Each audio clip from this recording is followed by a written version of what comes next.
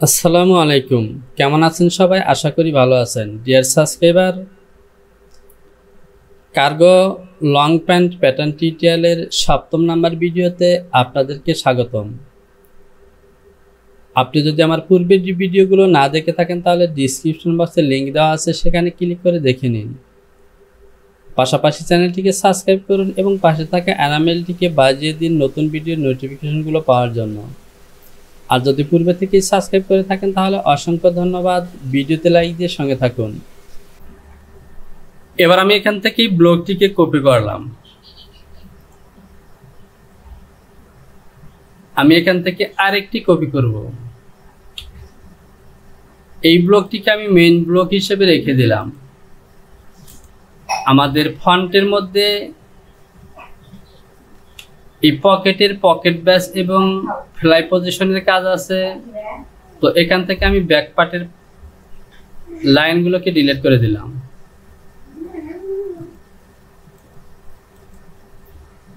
আমরা ফ্রন্ট পার্টের বাকি কাজগুলো এখানে করব।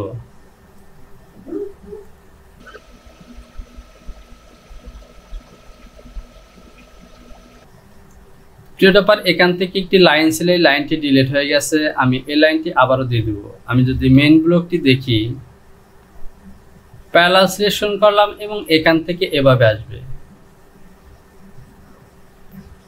অ্যাডজাস্ট টু লাইন সিলেকশন করলাম এবং এখানে অ্যাটাচ করে দিলাম। তো আমরা নি পজিশনের মেজারমেন্ট নিয়ে এসেছি, এটি আমাদের প্রয়োজন নেই, আমি ডিলিট করে দিলাম।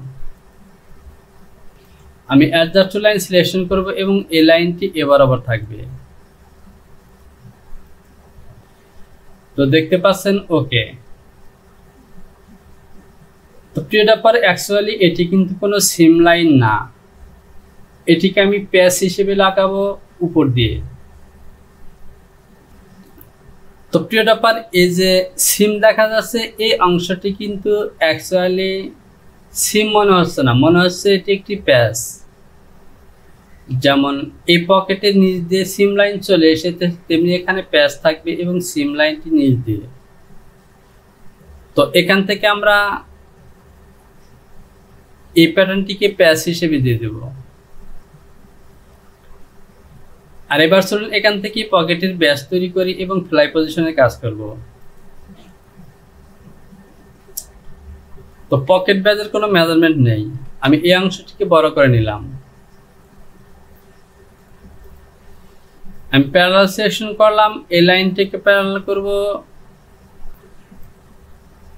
এখান থেকে প্যারালাল করব -3।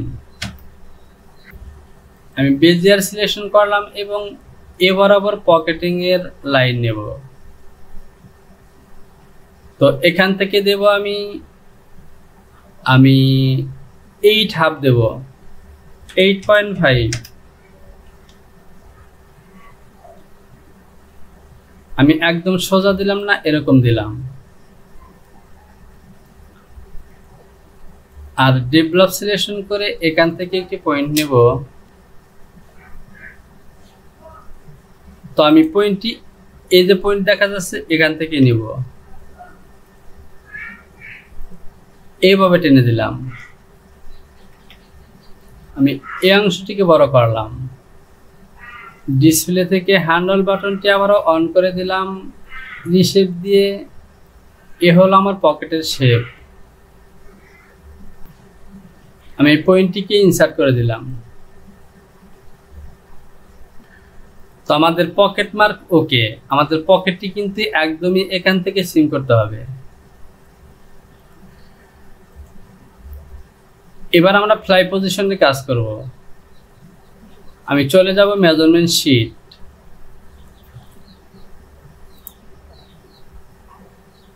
এই মেজারমেন্টটি আমাদের নেওয়া হয়েছে, আমি কালার করে দিই। Zipper placket, zipper length. তো জিপার লেন্থের মাপ আমরা নিয়েছি, প্লাকেট আমি এখনই তৈরি করব।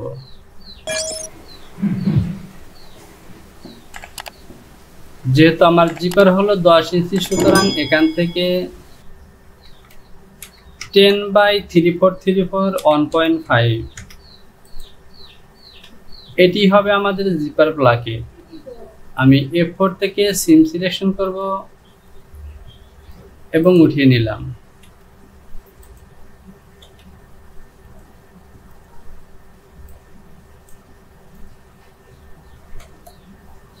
পয়েন্ট 4.4 এবং আমি এ পজিশনে অ্যালাউন্স দেব 0.75 গ্রিন লাইন সিলেকশন করলাম এবং গ্রিন লাইন দিয়ে দিলাম। সে সাথে এটির নাম দেব BTM বটম জিপার প্লাকেট।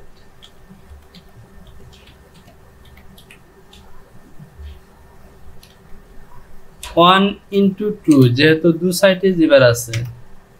ওকে, এবার আমি এখান থেকে ফ্লাই, আমরা ফ্লাইয়ের মেজারমেন্ট দেখি। তো প্রিয় ডপার, থাই ফ্লাপ হাইট এই মেজারমেন্টগুলো কিন্তু আমরা ওকে করেছি। প্রিয় ডপার, এখান থেকে ফ্লাই লেন্থের কোনো মেজারমেন্ট নেই।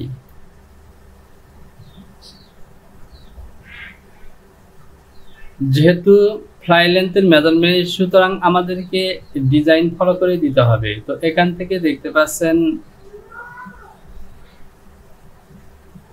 এই ফ্লাইটি দেব আমি, আমাদের ফন্ট প্রাইস হলো 8 ইঞ্চি, আর লেগ পজিশন থেকে আমরা দিয়েছি 2 ইঞ্চি অথবা 2.5 ইঞ্চি। যদি আমরা বাদ দিই তাহলে 8 - 2.5 5 ইঞ্চি থাকে। সুতরাং এখান থেকে আমরা 5 ইঞ্চি জিপার লেন্থ দেব।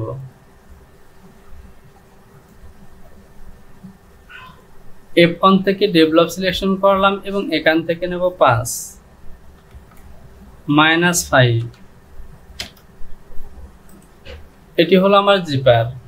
যে স্টিচ লেন্থ,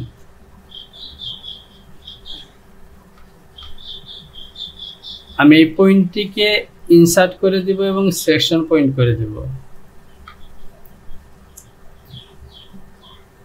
এখান থেকে আমি যে স্টিচের উইথ নেব 1 ইঞ্চি 2 সুতা।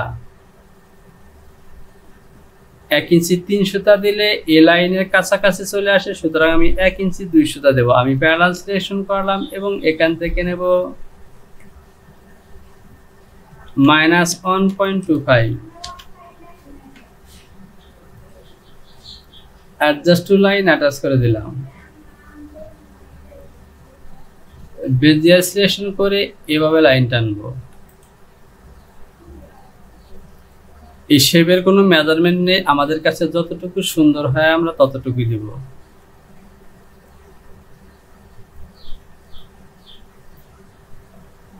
এ হলো আমার জি স্টিচ। ওকে, অ্যাটাচ দিয়ে এখানে অ্যাটাচ করে দিলাম।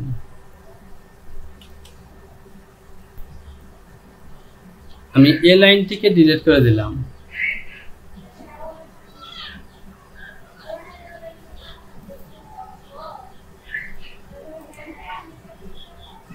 আমাদের ফ্লাই মার্ক ওকে। এবার আমি এখান থেকে সিঙ্গেল ফ্লাই এবং ডাবল ফ্লাইয়ের প্যাটার্ন বানাবো।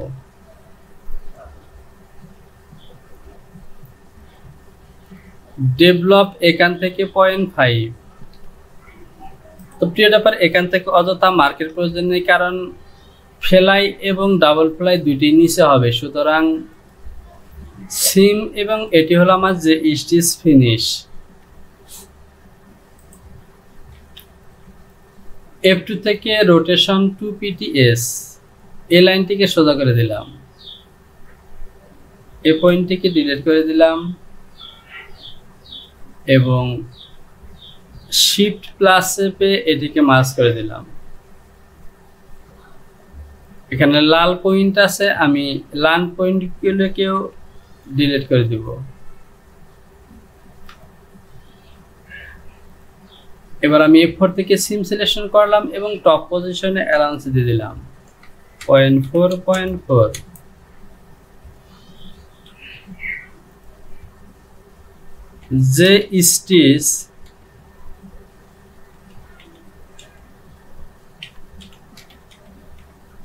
যে stitch finish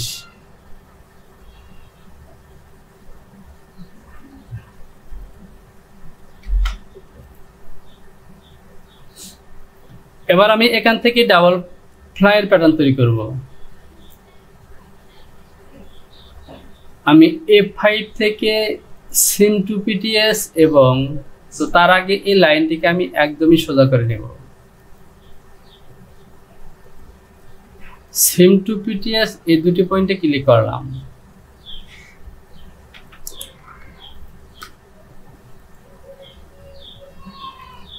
align two PTS সোজা করে নিলাম।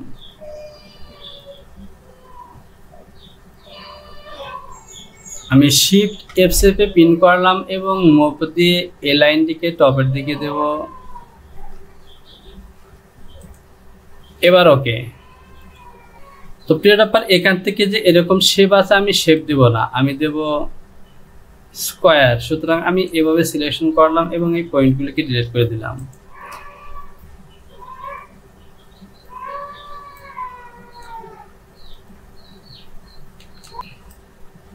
তো এখান থেকে আমার অ্যালাউন্স হবে 0.4.4। সে সাথে আমি এই অংশটিকে সিলেকশন করব এবং এখান থেকে এই লাইনটিকে এভাবে ইনকেস করব 0.75। আমি ডাবল ফ্লাইয়ের প্যাটার্নটিকে প্লাস করে নিলাম।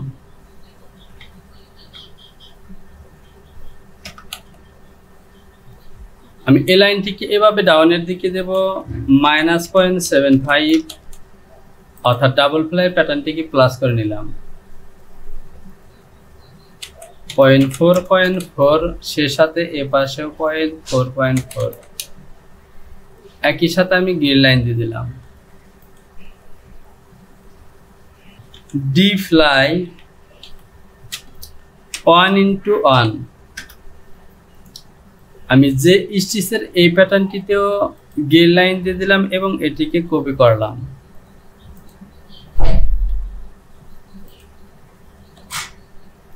সিম সিলেকশন করলাম এবং সিম অ্যালাউন্স দেব 0.5.5।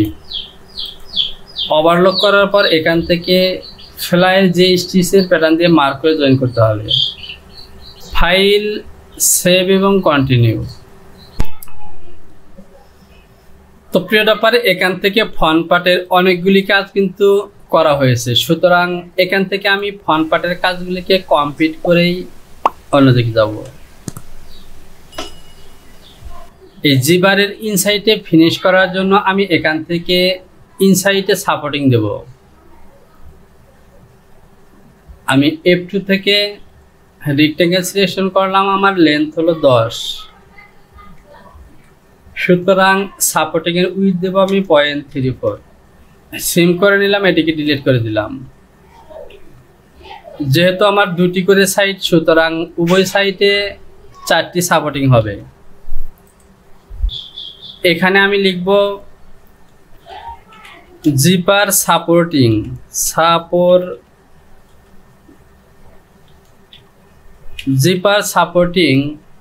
1:4।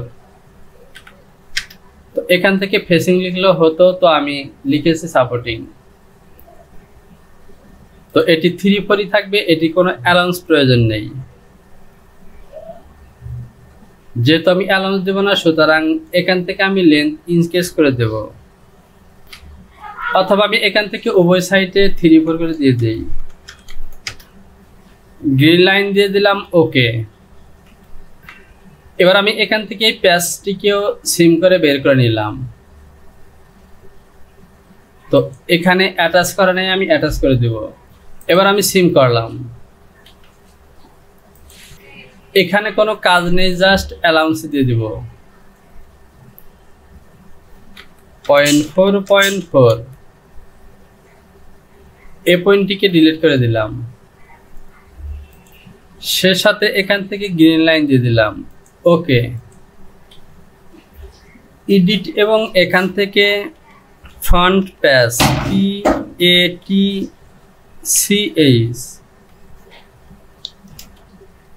1:2, ফ্রন্ট প্যাচ 1:2। এবার আমরা চলে আসি এখানে। যেহেতু এখানে বন আছে, আমি বনের প্যাটার্ন নিয়েছি, সুতরাং এখান থেকে সাপোর্টিং এর প্রয়োজন নেই। তো তো প্রিয় ডপার এখান থেকে বন নেওয়া হয়নি, আমি সিম করব।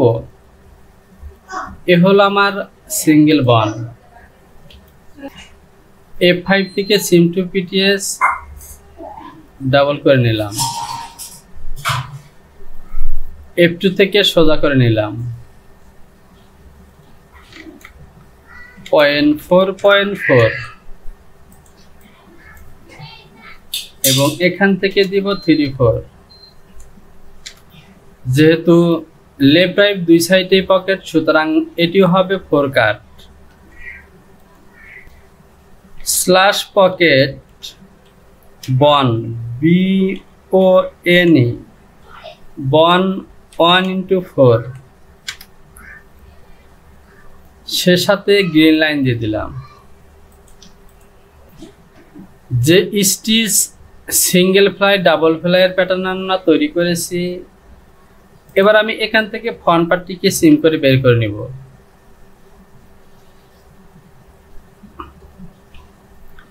আমি টোটাল অংশটিকে এভাবে সিলেকশন করলাম। এবার F4 থেকে সিম সিলেকশন করলাম এবং এভাবে সিম করব।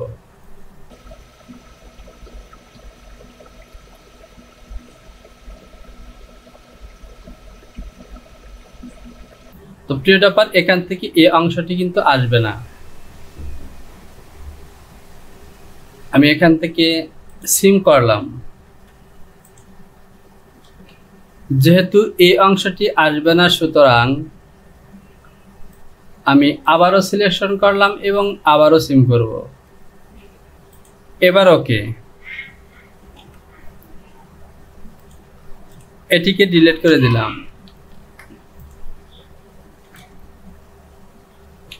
আমি অতিরিক্ত এই লাইনগুলিকে ডিলিট করে দিই।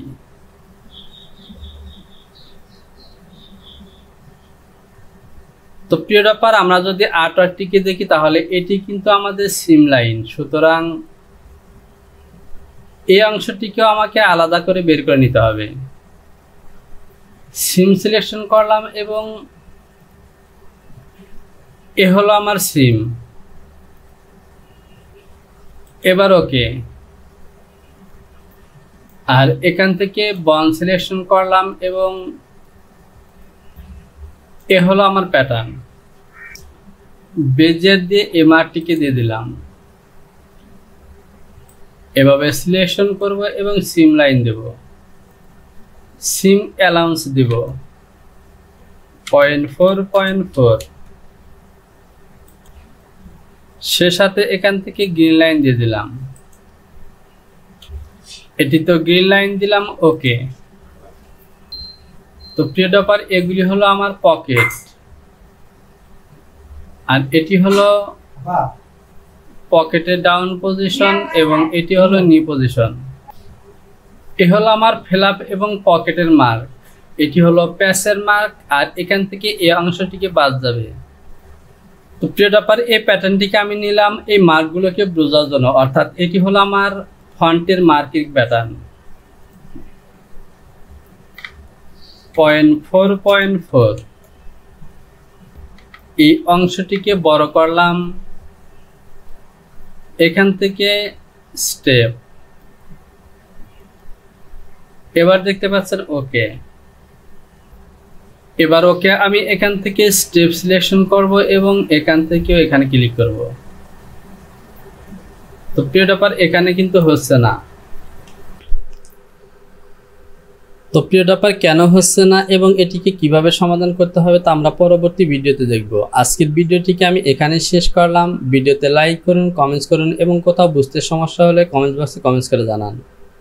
শীঘ্রই চলে আসবে পরবর্তী টিউটোরিয়াল নিয়ে। সে পর্যন্ত ভালো থাকুন। আল্লাহ হাফেজ।